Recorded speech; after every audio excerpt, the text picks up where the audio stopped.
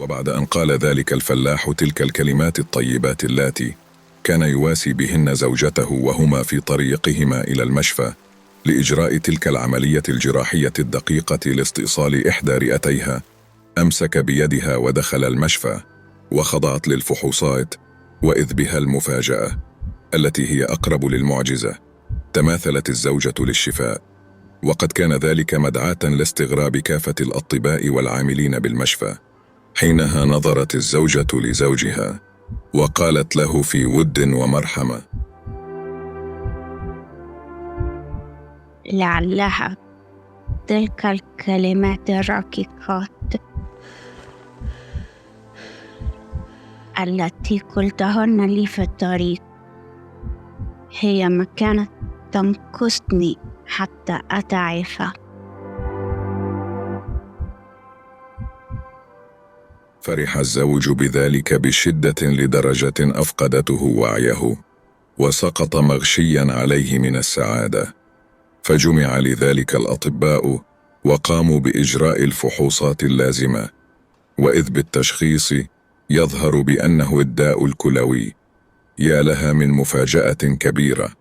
كلتا كليتا هذا المسكين تئنان منذ زمن بعيد، ولم يكشفوا عن ذلك لأحد من قبله، ولم يقدروا على علاجهما لضيق حاله وحاجته لتوفير المال لإجراء عملية زوجته المسكين.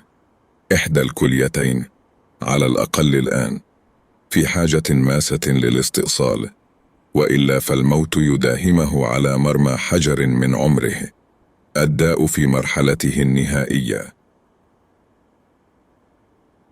تشاور الأطباء من بينهم، وإذ بالحل الذي اقترحه أحدهم أن تجرى للزوج عملية جراحية دقيقة لنقل إحدى كليتي الزوجة السليمتين للزوج وزراعتها بجانب تلك الأخرى التالفة لتبقيه على قيد الحياة، فهي الوحيدة المطابقة لكليته.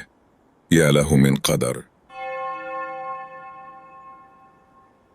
وبعد مداولات طبية عميقة فيما بينهم، استنزفت وقتا ثمينا عن كيفية إنجاح العملية وزرع الكلية بشكل سليم، ولا سيما أن الزوجة كانت فيما كانوا يظنون لتوها تعاني من مرض خطير.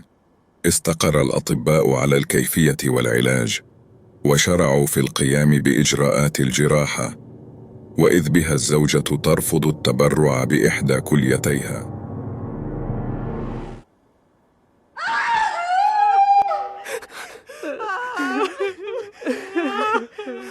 لقد مات مريض العناية المركزة صاحب الكلى التالفة. بهذه الكلمات الزاعجات صاحت إحدى ممرضات عنبر الكلى مع سماع صوت صافرة إنذار الغرفة تدوي في جنبات المشفى.